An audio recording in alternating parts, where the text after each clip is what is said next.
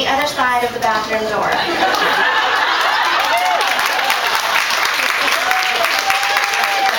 So you know where we're going. A few weeks ago, my friend Lotta told me that her doctor told her that her antidepressants weren't working because she had too many toxins in her body and that she needed to use a colon cleanse to flush everything out of her system. It sounded completely insane, and I told her that. But then she mentioned that when she took the colon cleanse, she lost 3 pounds that very day, and I was immediately in. I convinced myself that I owed it to my family to have my crazy pills work properly, but really I just wanted to lose 3 pounds without working out. And that whole last sentence kind of proves why I need to be on crazy pills.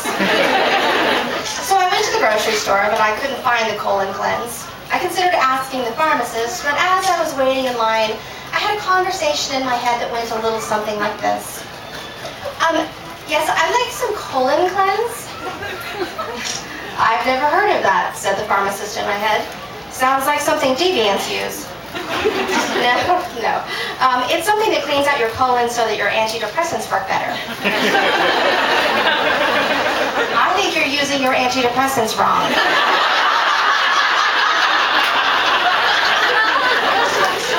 They go in your mouth. You are surprisingly unhelpful for a healthcare worker. I'm calling the police, you deviant. And I'm not sure why I jumped right to the pharmacist calling the police, but once the thought was in my head, it was stuck there. And so I panicked a little when the pharmacist asked what I actually needed. I paused awkwardly and then asked where the reading glasses were, and then he said that they didn't carry reading glasses, which was weird because most pharmacies do, and I always like to try them on and pretend that I'm a naughty librarian. So instead of the colon cleanse, I decided that I would just take a bunch of X-Lax because I figured next best thing, right? I bought the extra strength stuff because it was the same price as the regular strength. And so technically it was like I was saving money. And I thought it would help my argument later when my husband Victor demanded to know why I had bought $20 worth of unnecessary laxatives. Although later it turned out he didn't really care about the cost effectiveness because he hates being economically feasible or just wants me to be fat or something. I already knew that he was judgy about the whole thing because he was also very unsupportive when I wanted to buy those Chinese foot pad things that suck all of the toxins out of your feet while you sleep. He claimed the whole Chinese foot pad thing was a scam, but I think it's just because he wants me to suffer or possibly that he's racist. And then when I called him racist, he got all mad and screamy, and I was all, I don't even know what I'm saying, those are the toxins talking!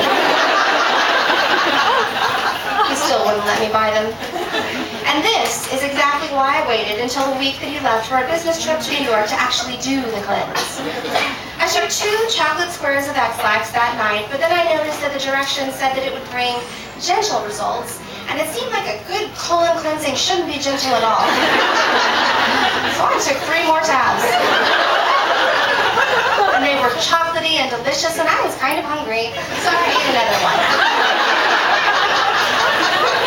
And then, nothing happened at all. So the next morning, I took 2 more. Because at this point, I thought maybe there was something wrong with me and I had some sort of freakishly high laxative tolerance. And then I went to Starbucks and I picked up a giant frappuccino. See, you guys get it. No one told me that coffee was a laxative. I know now.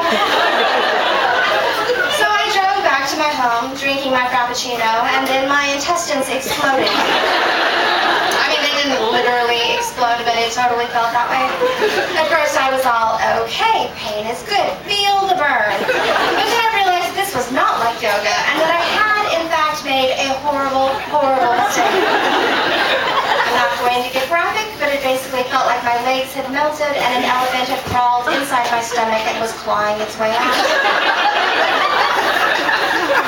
The elephant had claws, apparently. His nose was made of snakes.